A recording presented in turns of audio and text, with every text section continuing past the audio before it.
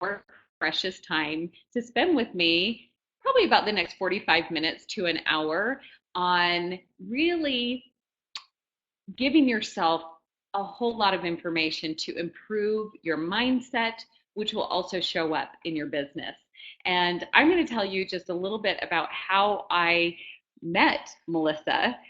Melissa came into my life because we had a big email marketing list. My colleague and I in the DoTerra world, and Melissa loved the oils, and she enjoyed, especially Kitty, my colleague, she loved her little quirky sense of humor so much that she reached out to us and said, "Hey, I want to make sure that if I'm getting oils, I want to partner with you guys." And so I have just truly come to love her. I have seen her. We've been friends now for a few years, and I've seen the transformation in both her physical self, her mindset, her business, and people want to be with her. And I think that's what today is all about, is showing you that when you can change your internal dialogue and your internal world, that things start to show up in your external world as you would like them to be. Things start to shape and shift in a positive manner as things start to change in that internal world that we have. So I'm going to show you how that works and maybe give you some really great tips and tricks for getting that negative chatter that we all tend to have. None of us are exempt from having negative chatter in our minds at times. But I'm going to show you how you can get to a place where it's much easier to disregard those things and push them out and then embrace what we are, to get to a place where we really can truly be our best advocate. We can be our best cheerleader. And what you'll find is when you start to really embrace who you are and love who you are and be confident in who you are, you're going to see things naturally gravitate and shift into your life. You're not going to have to work so hard to convince someone to be to join you in what you're doing. They'll want to be with you. They will want to join your cause because they'll feel your confidence. And confidence is just like, think about being confident in a product, okay? When we have confidence in a product, we tend to believe that they're going to work. We know when we purchase that item, it's going to, if it's a food item, it's going to taste the way that we know it's going to taste. Or if we get a service, we know it's going to perform, or it's going to help us get to the next level, or whatever it is. We have confidence that it's going to work. And we can instill that same confidence in ourselves and learn some techniques to really shift that negative chatter, that negative mind, place that our mind goes to so often, that will convince us to not put one foot in front of the other and not move forward and not take that leap of faith. We can learn to turn that off, and as a result, things are going to shift in your life and create much more positive outcomes for you because of it. So how many of you out there, and it's really weird when I do webinars, I'm used to doing a lot of presentations live in person, and I love webinars because I can teach across the country, but I don't get that same feedback. I don't get to look at you and see you smile and see you cry and see your body language. So I would love it if you continue just to use the chat button and just give me feedback here and there. If you have questions, there's not a bad or incorrect question. There's not a bad time to ask me. I am here for you. I am here for your purposes to help you get your business to the next level that you want to bring it. And so you cry all the time. I'm that way too. And in fact, I've had to learn. I had a great teacher teach me how to, when I'm on stage and I'm speaking, that she said, when you start to cry, and I get the ugly cry, like really, really ugly cry where I barely can breathe and I can't say anything. And so I've learned how to, if you tighten your stomach really, really tight, it kind of makes it go away. So try that next time, Melissa, if you have to be on stage, or if you're, I mean, it's fine to have a little bit of emotion, but when you get to the three, you can't even talk. It's crazy. And so I'm right there with you, girlfriend. Okay. So how many of you out there feel like you can be your own worst enemy? Anybody out there? Oh my gosh, right? I mean, we say things to ourselves that there is no way we would ever say them to anybody else, right? Like if we were to say them out of our mouth to someone else and reflect it to someone else, we would be mortified in our behavior. But at the same time, we do it to ourselves all the time. And it's not fair. And it's not, we need to treat ourselves the same way as we would treat others. And what you'll find too, as you start to do that, you you're more sincere in the way that you treat others, because you are honoring that same uh, genuine concern and love for yourself as you are others. And you'll see that things really shift. So I'm going to, we all feel this way. We all are in a place at times where we can be a terrible enemy of ourselves, and we are just purely in a place out of alignment with who we are. So I want you guys to describe a confident person on the other hand, okay?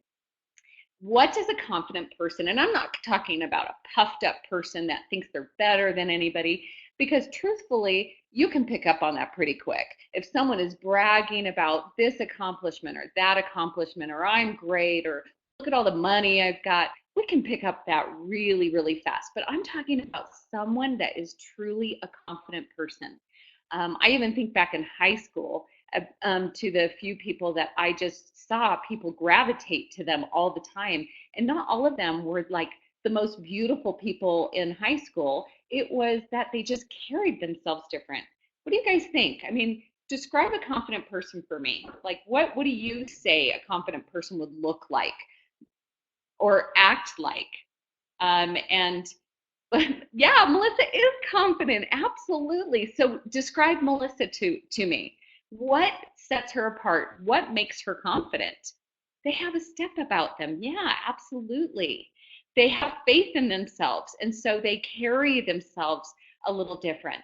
It's interesting. I've done a lot of work with body language and how important it is, especially when you're trying to explain to someone and have someone hear the passion and your why in what you're doing as a business. All of you are extremely, extremely passionate about what you do, and you have a strong why. That's why you're doing what you're doing in Beachbody. And yeah, Melissa, they smile more because they're happy. A happy person um, feels, or a confident person feels happy inside.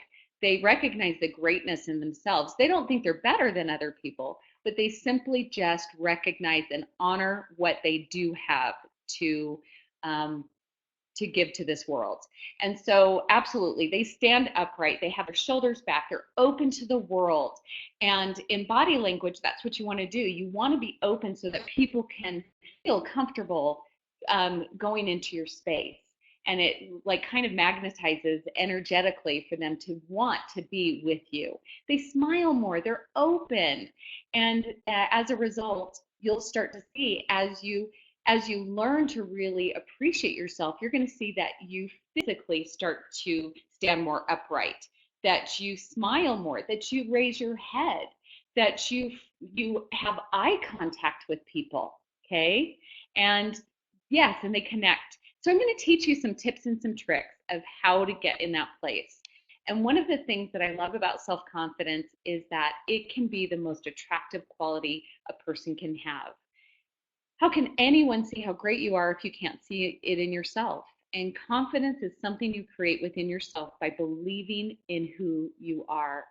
It doesn't matter if you're the most attractive, physically beautiful person. If you feel confident, people will naturally be attracted to you. They'll naturally want to be in your world. And one of the things that I love about confident people is I feel better when I leave their presence than when I first than before I was in their space. They help me see the good things inside of me. And as a result, when I leave, I feel so good about myself that I look forward to the next time I'm around them. And you can be that same person. Yes, absolutely. I think it is definitely the sexiest thing that you can put on. I love it. Okay, so when I first put this presentation together a while back and I was presenting at conferences and things like that, I started to there was so much good information of how to drive this principle home and how to help people understand how significantly impactful this can be. And I kept having this feeling that I needed to share my story. I kept having this inspiration that this is what I needed to do. For me to communicate my message the best, I needed to share my own personal tragedy. And you know what? To tell you honestly, I did not want to do it. I really resisted it for a really long time. But I recognized that it was important for me to share this so that you could see visually how this can work. And I'm going to give you all 5 steps today so that you can start working on this yourself. So here's my family back in 2007, 2000, yeah, about 2007. And you can see that we have these smiles on our faces, like all family pictures do. And you might think, oh, that looks like a happy, go lucky kind of family. But I want you to know in this year in my life, we were in a family crisis. Things were not going well, things were falling apart all over the place. And one of the things that is most important to me, and I believe that you parents out there can absolutely relate, my most important role in this world to me is being a mother, being a parent, being a spouse, having that family unit. That is extremely important to me. And so as we were struggling, I was falling apart. See, Melissa, I'm already starting to choke up. Um, Here's my son, Nick, and he's my oldest birth child. And I say birth child because I raised a lot of children in foster care, and a couple called me mother. And most of them had grown up and they were out of the house. So I was left with my birth children. And there's something I think about, I think I was a better foster parent than I was a birth parent. And it's because with a foster parent, I could disconnect the fact that I didn't raise them when they were little tiny.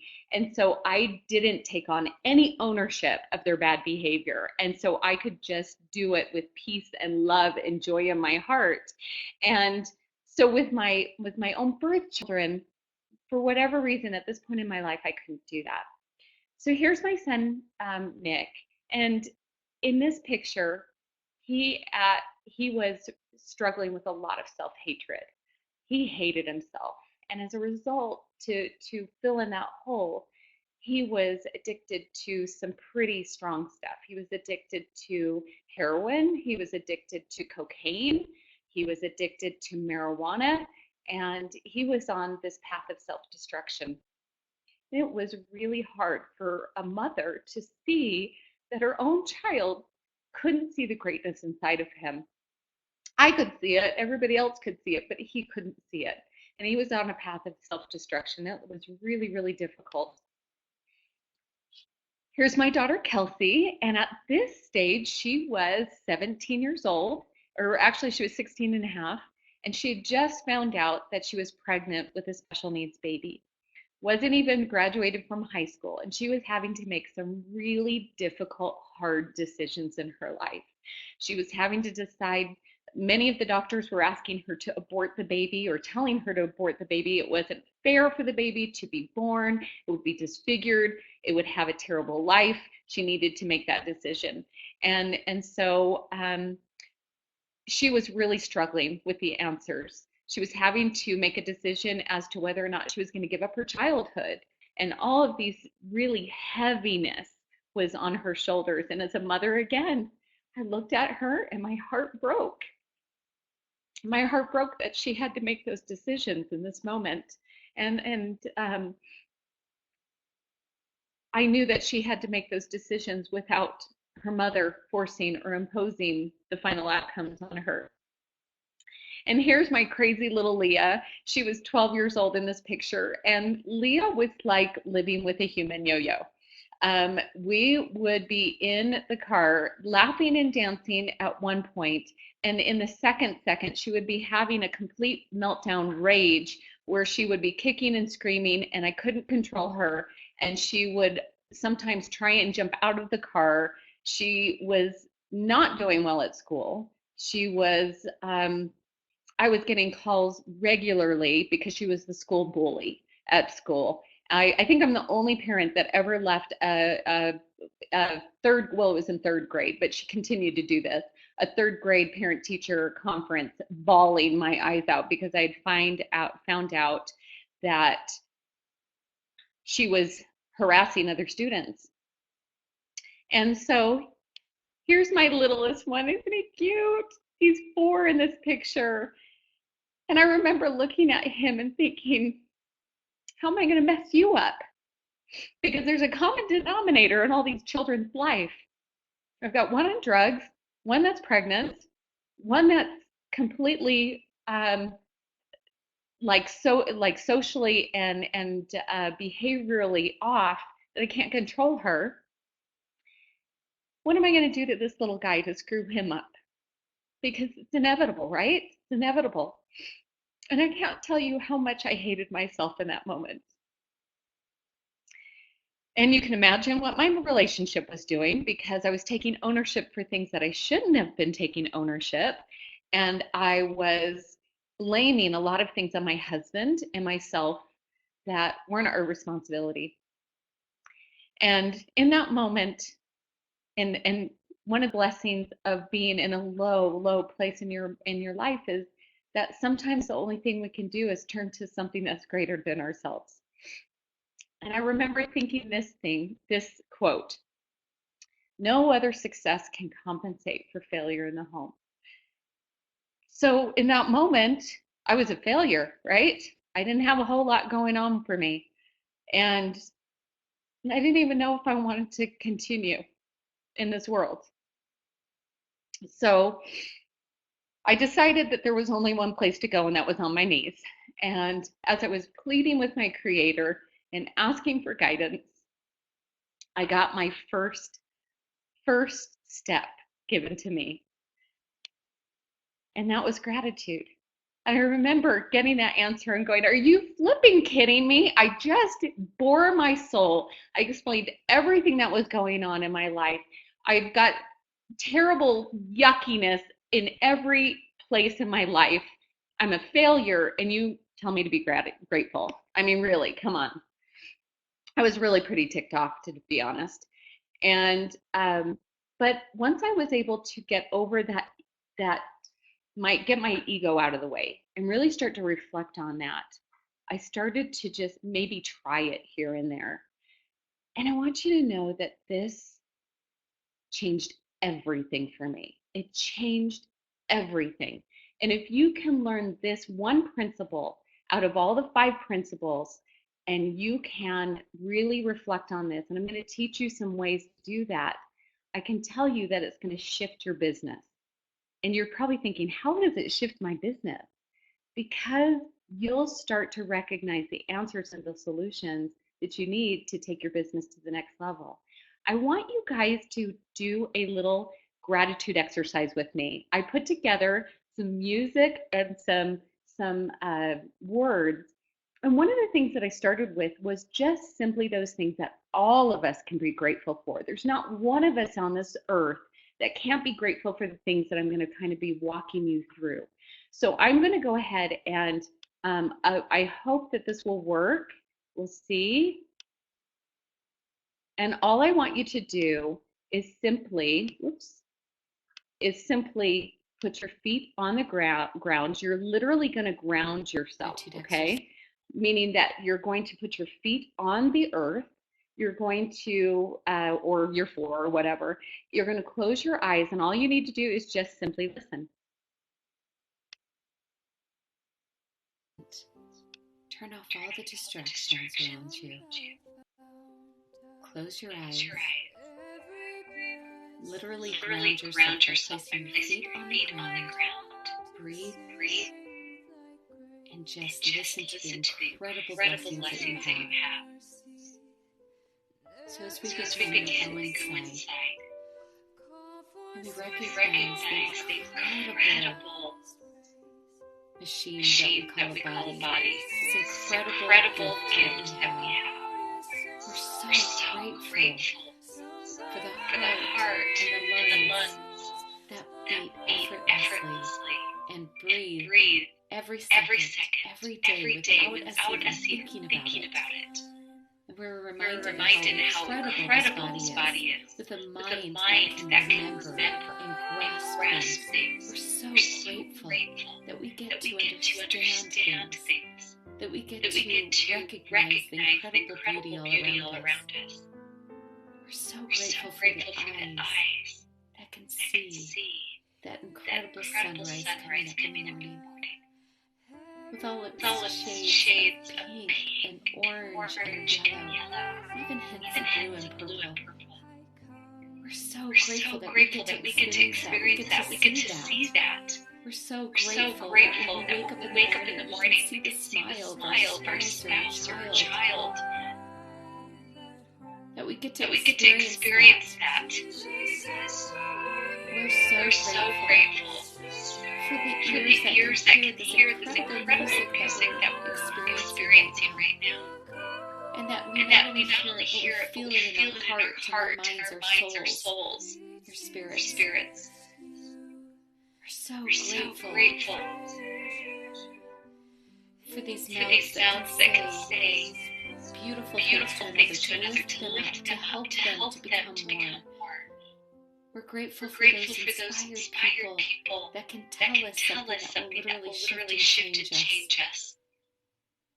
We're so grateful for these hands that tirelessly work every day and lift and serve another. That we can embrace our arms and our hands around another and help them to feel supported and loved. We're so grateful for these legs that can take us where we need to go each day. We're so grateful that we can run bare feet in the grass. And that we can enjoy the feeling of nature. We can smell the flowers and the plants. And the incredible smells that we have when we're outside in nature. We are so grateful for this moment, for this second in our life. And we know that we have everything that we need to be content and peaceful in this moment. We are so grateful for life. We're so grateful for who we are. And we recognize the importance and the greatness that we have. We're grateful that we carry this feeling, this experience that we just had right now throughout the rest of the day. And we also are grateful that we can come back anytime we want, just by tuning into what we have right now. We don't need anything else. Just this present moment. Namaste, my friends.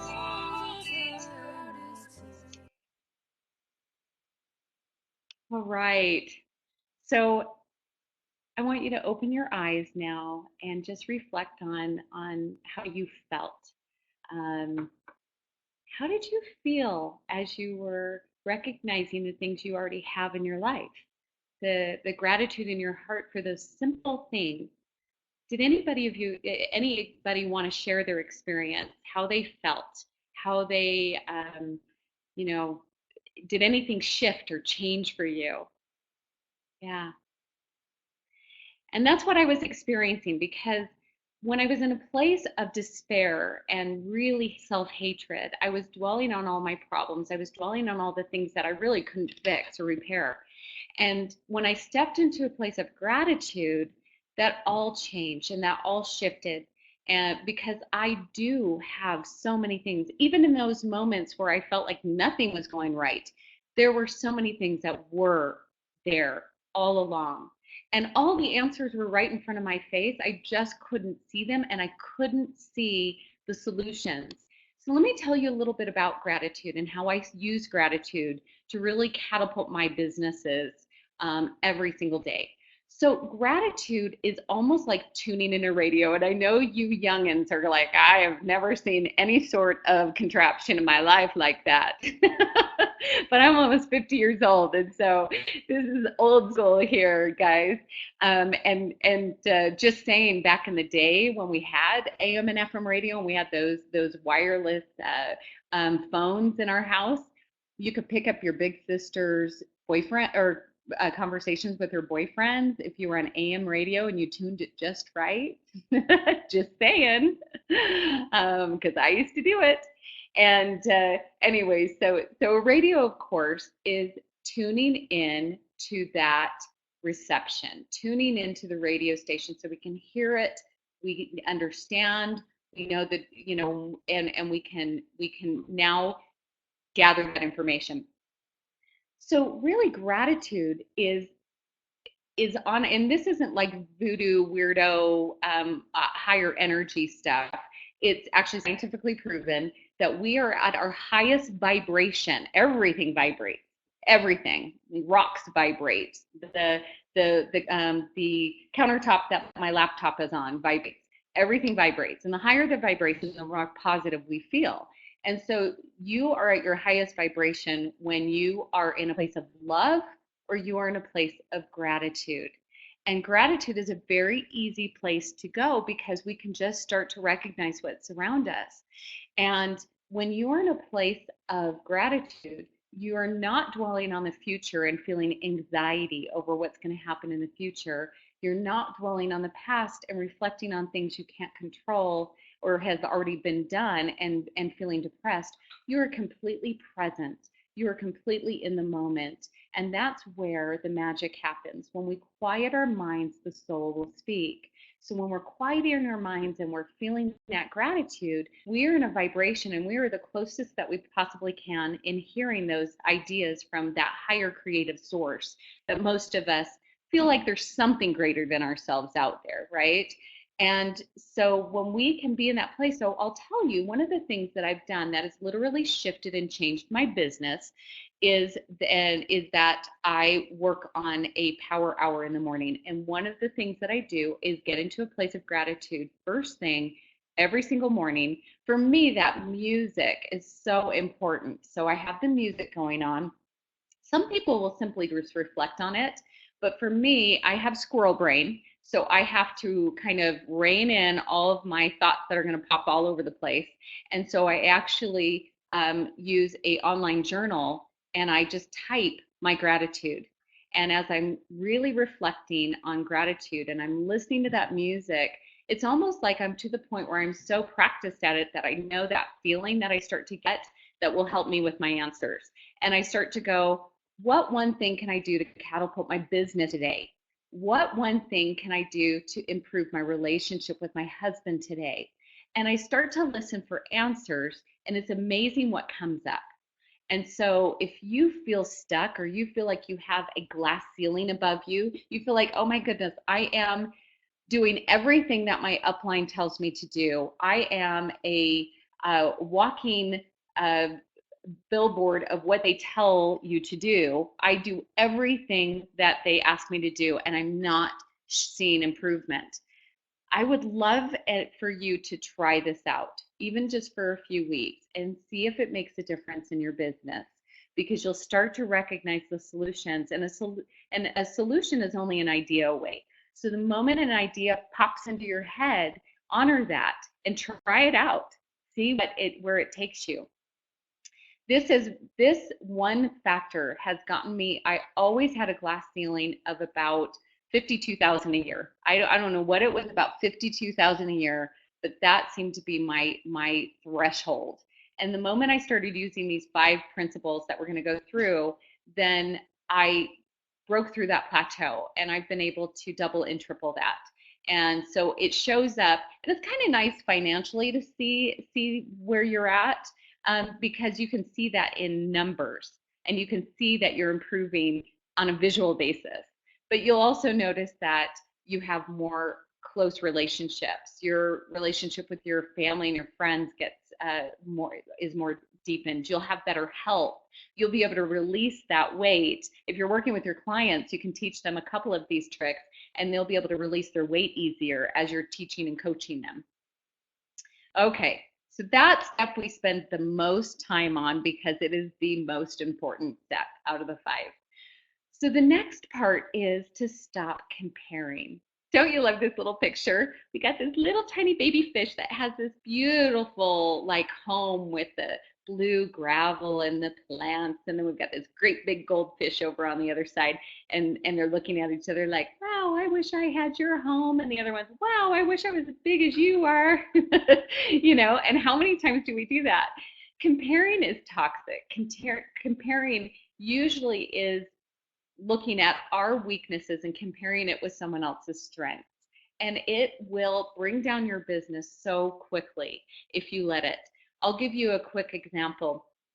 When I started in my business with network marketing, I started at the same time as another woman, and we both kind of like just shot out of the gates, and we were both just going really fast, and we were ranking at about the same time, and then all of a sudden she started to pass me up, and she got all the way to the top of our business, and here I was kind of stuck and plateaued like I was telling you. And I looked at her and I called her up and I said, hey, can you tell me what you're doing? And this was years ago, back when not as many people were marketing online. And she said, oh, well, I'm doing webinars and I'm doing this online and blah, blah, blah. And all of a sudden I went, oh, okay, all right. So that's what it is.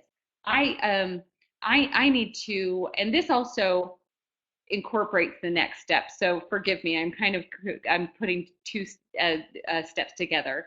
But I started to look at her and I really was envious. And envy and gratitude cannot exist in the same time. Okay. So here I am envying her for what she is accomplishing and thinking, why can't I get there?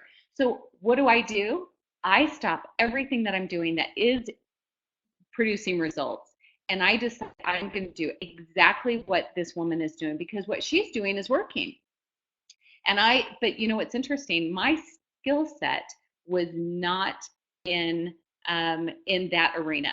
I didn't know how to put a website together. I didn't even know how to do a webinar at that time. I didn't know how to use social media. All of those things were new. So as I was trying to help learn those things, I was completely regressing in my business because I was trying to do what she did. And I was trying to become like her. When in reality, my strength was not social media.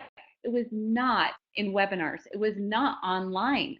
My strength was really getting in groups of people and feeling their energy and helping them to see my why and understand and asking them tons of questions to see what they needed and to fill in and help with their needs. That was my strength.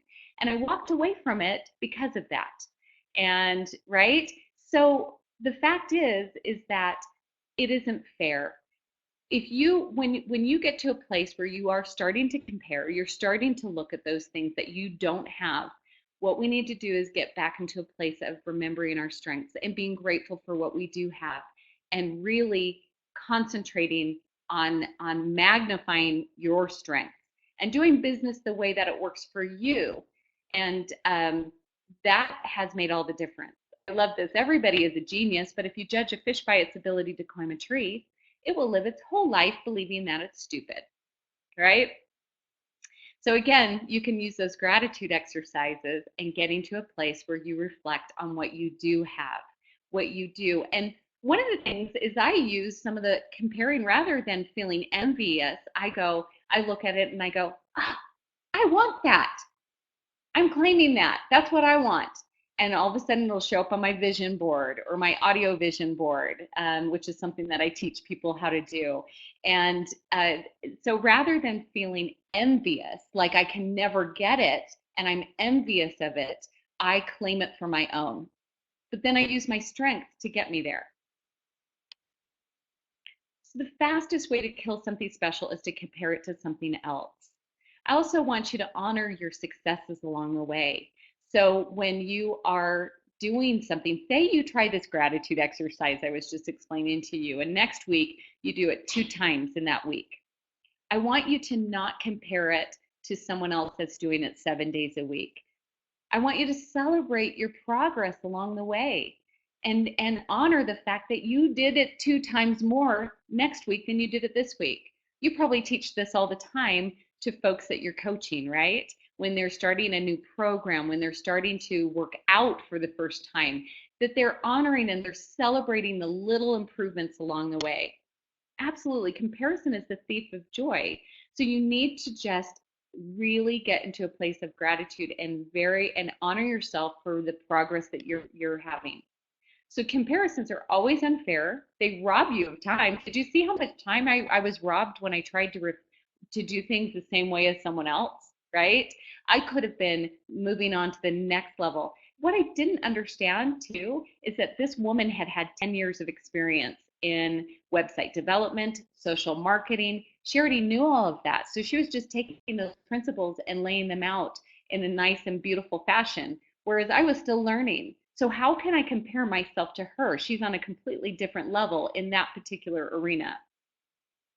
Let's focus on the wrong person. It results in resentment and it deprives us of our joy. The next thing is letting go of guilt. Simply getting into a place where we can extend that same courtesy of letting go and feeling okay with something and allowing someone to for us to forgive them. We need to give ourselves that same honor. Remember, you never be defined by your past. It was just a lesson and not a life sentence.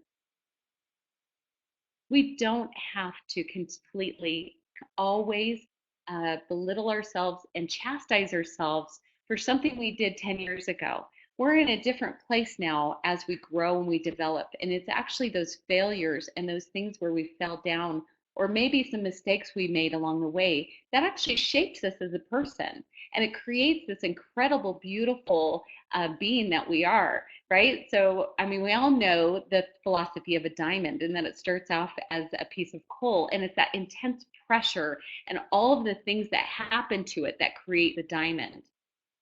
So we can learn to embrace those mistakes along the way, learn from them, and allow ourselves to release that guilt and release the pressure that we put on ourselves. One of the things that I teach in some of my other classes is that guilt is almost like an anchor.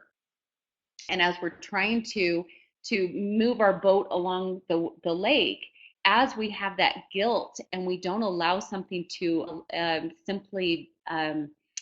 we don't allow forgiveness to be in our hearts, we actually are pulling ourselves back from moving forward.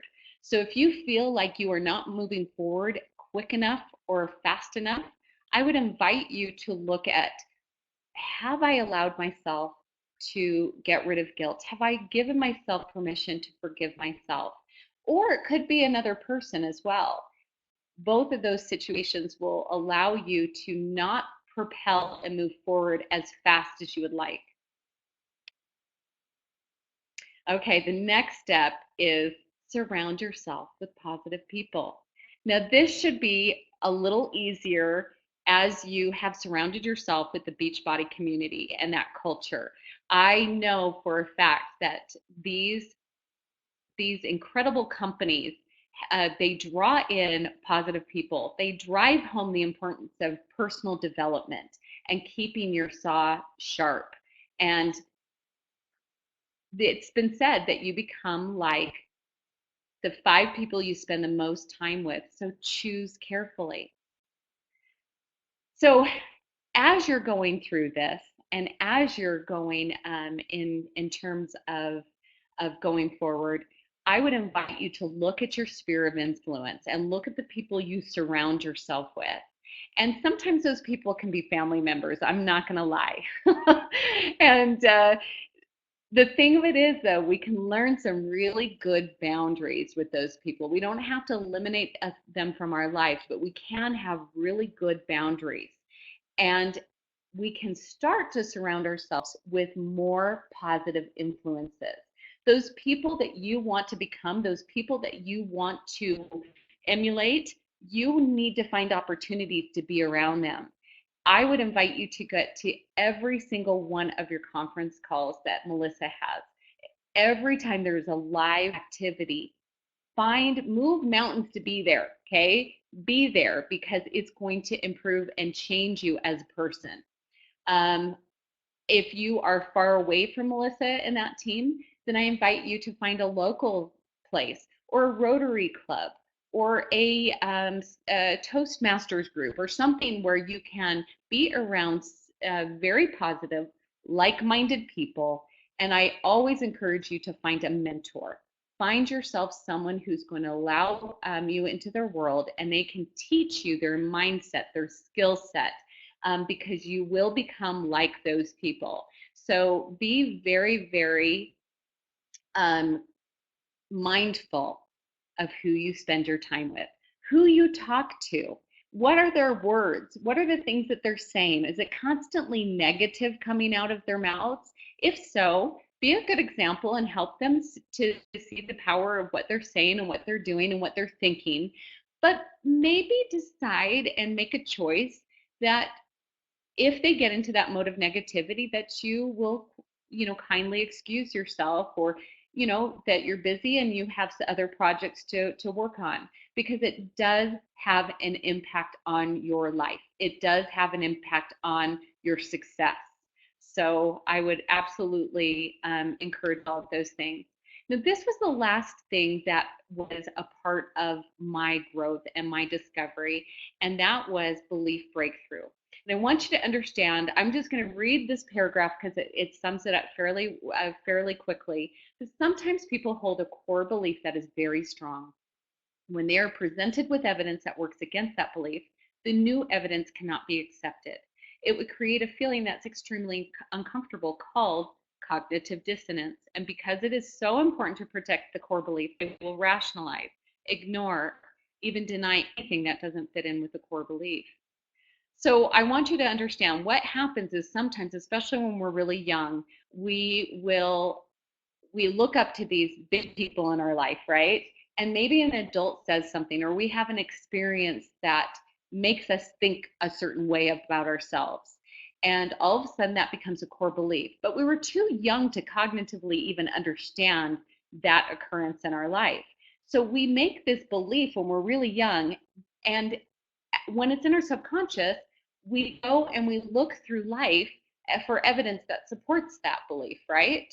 And for instance, I'll give you a little idea for me. I made some really poor choices as I was going through adolescence. My parents had a really messy, ugly divorce when I was about 15, and I wasn't ready. I wasn't emotionally fit. You know how we talk about physical fitness? I had no emotional fitness whatsoever. I had a very, very easy life until that time. And so as a result, I went and I partied a lot and I used boys and drugs and some alcohol in my life to numb the pain. And your decisions determine your destiny.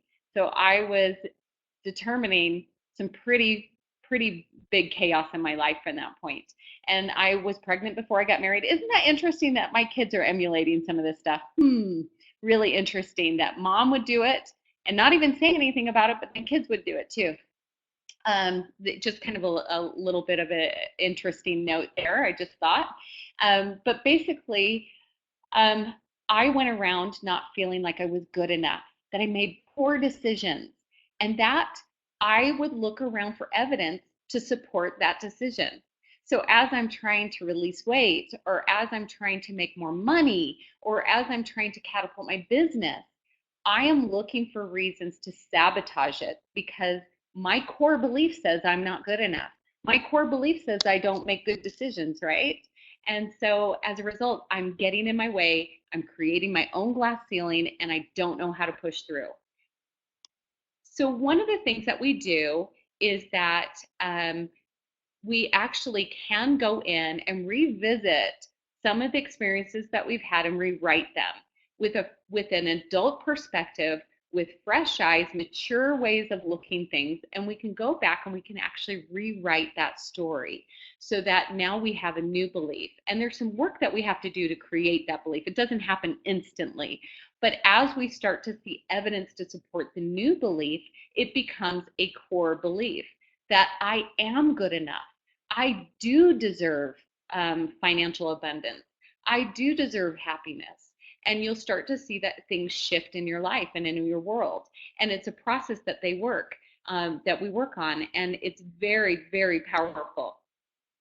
One of the things that we do once we rewrite that story is that we do affirmations. And I know that you probably have learned this. I'm sure Melissa has taught you these affirmations. They're very, very powerful.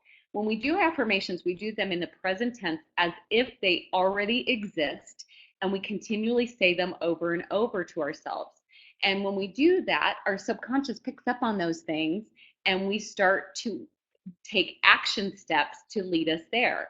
For instance, when I'm really, I kind of yo-yo up and down on my weight a little bit. Maybe I need to reach out to Melissa and get a few nuggets from her to improve that.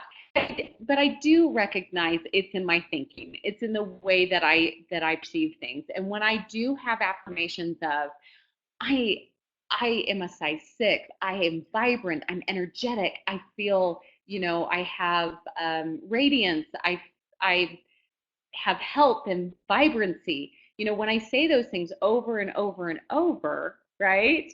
Then what happens is my subconscious picks up on those things, and I naturally want to eat healthy food. I naturally want to have move my body. I naturally want to do those things because my subconscious is saying, well, you're vibrant, you're energetic, you're motivated. That's who you are. So that's what you've got to do, right? So affirmations are an amazing way to just really solidify that belief breakthrough technique. And I can show you how to do that. I can explain how to do that. We don't have enough time to actually go through one of those. But if you feel like you'd like to have a belief breakthrough session, I'll explain to you what you do. So these are some ideas in confidence affirmations. So if you feel like you're really your own worst enemy, you can say, I live in the present and I'm confident in the future. Or I am confident in the future. I'm self-reliant, creative, and persistent in whatever I do. Whatever it is for you, I would encourage you to write it down and say it at least a couple of times a day. Put it on a sticky note in your car so you see it all the time, or put it as your screensaver on your phone, okay? So I'm going to go and I'm going to just kind of go through the last little bit of what I just explained to you and kind of go full circle. So here's my growing family just this last summer. And my poor husband, he's like, why did you let me wear that? I look like I'm a Scottish, I've got a Scottish kilt on. So we don't even have this picture up in our house because he won't let me. Anyways, this is my family now. And I want you to know that things have changed and shifted since 2007. And that wasn't that long ago. So here's beautiful Leah. And you know what? She still doesn't play nice in the sandbox. I'm going to tell you right now. But she wants to follow in her dad's footsteps. He is a police officer and she wants to be in law enforcement. And she's learned how to rein in those fierce emotions and those incredible imbalances of mood swings. She's been able to get to a place where she can kind of maintain that. And she's doing better every day. But she's learned how to rein in that incredibly out of control feelings that she has, and now she's going to use them for a really beautiful purpose. And even though she doesn't play nice in the sandbox still, and she still struggles with relationships to a point, I can love her. And my only job as a mother is to love her unconditionally, be her greatest cheerleader, and I can be happy in my own self without with it, even if she is in a space where she is not happy. Now here's my beautiful daughter. You probably want to know what happened. What happened to my daughter who was pregnant?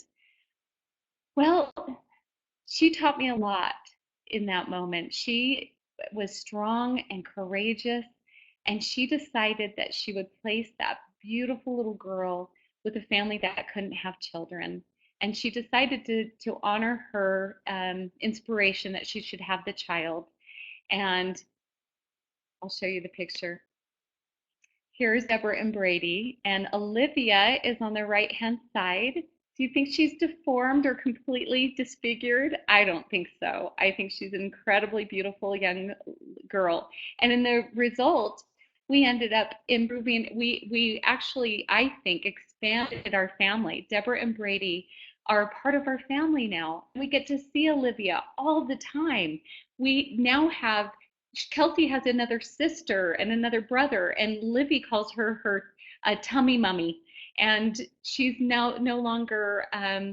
She was able to bless many lives in that really hard decision. She had to grow up really fast, but as a result, she ended up marrying the same man that she was pregnant with Libby. They have two more incredibly beautiful girls, and the sisters, they're all full-blooded. They get together all the time, and Libby knows that she has two sisters that live with Tummy Mummy, and she lives with her mommy. And what an incredible blessing, right? I got to witness miracles in that moment. And I got to get out of my way and start to see the gratitude and the beauty of what was going on instead of dwelling on the embarrassment that my daughter wasn't going by cultural norms, right? And I got to love her and give her unconditional love and support. And I could still love myself in that moment. Regardless of her decisions, I could love myself. And here's my cute little Luke. He's now 12. He just got braces on this morning. And this young man is kind of the icing on the cake. My mom was at my house not too long ago, and work was taking a lot of my time. And I was a little frustrated because my mother really doesn't come out to see me very often. And so I was a little frustrated with it. And he picked up on it and said, "Hey, Mom, how come you're just so ornery and out of sorts?" And I told him, and he said, "Mom, you get to choose how you feel. You get to be here and enjoy grandma while she's here. You don't have to be like this." And I love it. I love that he's picking up on this new verbiage in our family and this new example. And you know what? Even if he makes hard choices that creates chaos in his own life, it's okay because it's his journey and he gets to learn just like I got to learn. And I get to love myself regardless of his decision. And here's my Nick. He lives in Glenwood Springs, Colorado, and he's starting to see the greatness that's inside of him. He's starting to see his incredible gifts that he was given, and he's no longer struggling with the hard drugs. He lives in Colorado, and so he can legally smoke the marijuana. In fact, he's in that industry. And guess what? I told him, I said, his dream is to become a grower. And I said, honey, if that's what you want, you grow the best marijuana you can. And he goes, okay, Mom. And I love him fiercely. I love him. He has taught me to love unconditionally. This one man was a blessing in my life to teach me unconditional love. I no longer ask him to cut his hair. I no longer ask him to dress differently. I love him exactly the way he is. And every moment and every decision he makes him a better person. And all I get to do, my only job is to love this man unconditionally without any expectations. And then there's me, right? And I have to tell you, I really love and appreciate this woman. She has been there through some hard, difficult times. Now, this is only one story I'm sharing with you. There's many hard times, right? Just like you. You've had lots of stories. You've had lots of things that have come up in your life. And there will be many more in the future that you're going to be doing. But you know what? I'm going to forgive this woman as she makes mistakes. I'm going to embrace the beauty that she has inside. And I'm going to try and improve every day, little by little, step by step.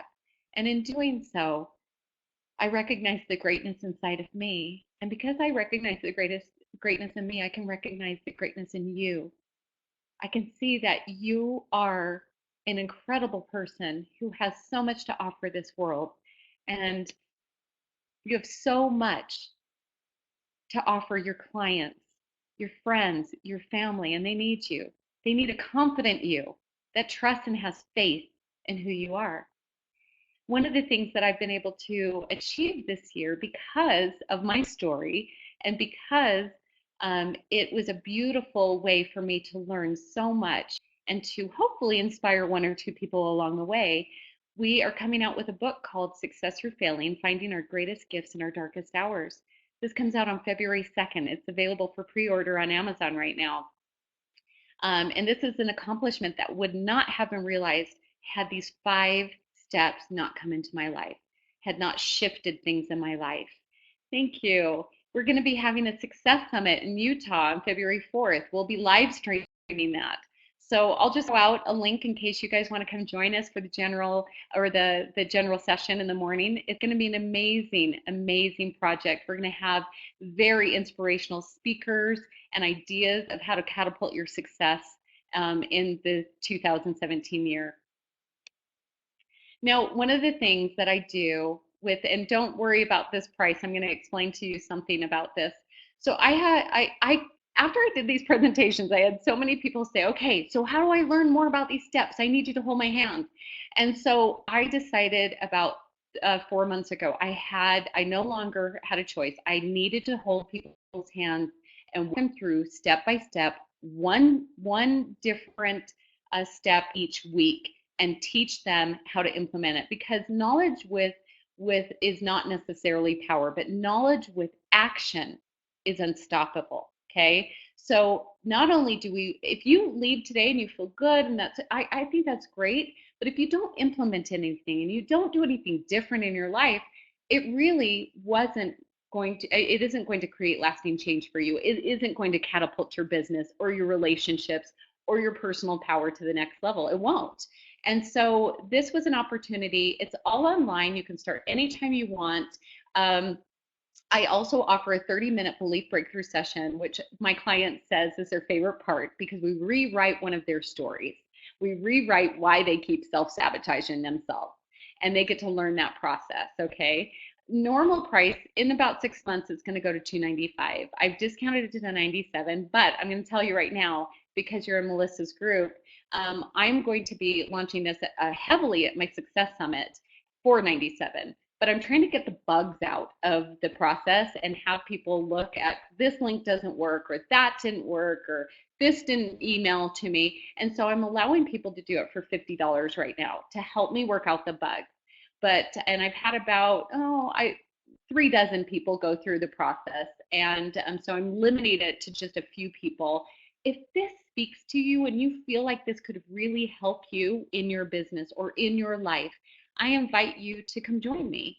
And I would love to have you reach out to me. This is my email. I'll be emailing you the recording, so you don't have to necessarily write it down unless you want to.